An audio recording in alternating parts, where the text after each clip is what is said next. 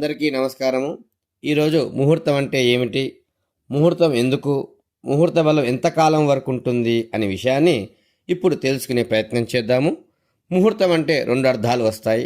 అందులో ఒకటి ముహూర్తం అంటే 48 నిమిషాలు అని, రెండవది కార్యనిమిత్తమైన నిర్ణయ శుభకాలము అని. మరి మంచి సమయంలో ఏ పని ప్రారంభించినా ఆ పని శుభంగా ముగుస్తుంది అని ముహూర్త శాస్త్రంలో ఒక ముఖ్యమైనటువంటి విశ్వాసము. మరి జ్యోతిష శాస్త్రంలో కూడా ఈ ముహూర్త విషయంలో 3 విషయాలను గుర్తుంచుకోవాలి. ఒకటి, ముహూర్త సమయము శుభమై ఉండాలి.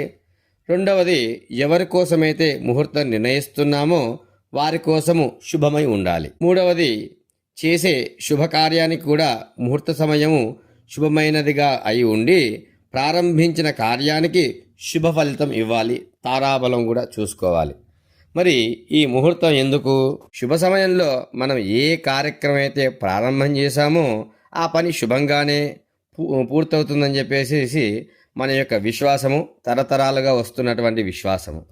ఏదైనా కార్యము ప్రారంభించినప్పుడు అప్పటి శకునాల ప్రభావము ఆ కార్యక్రమం మీద ఉంటుందేమో అని చెప్పేసి మన పూర్వీకుల యొక్క విశ్వాసం కూడా.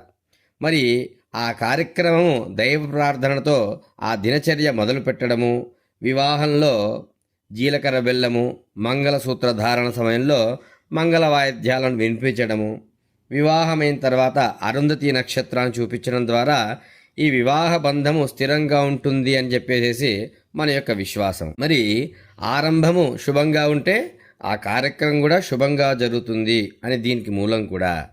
మరి ఈ శుభ ముహూర్తంలో నిర్ణయించినటువంటి ముహూర్త బలము ఎంతకాలం వరకు ఉంటుంది అనే విషయం తెలుసుకుందాము.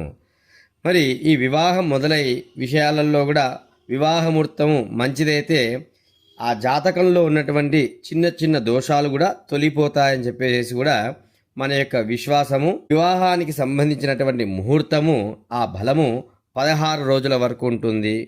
మరి అదేవిధంగా అందుకే 16 రోజుల పండగ చేసుకోవడం అనేది కూడా పూర్వకాలం నుంచి వస్తున్నటువంటి ఆచారం కూడా. మరి ఉపనయన ముహూర్త బలం కూడా 11 రోజుల వరకు ఉంటుంది.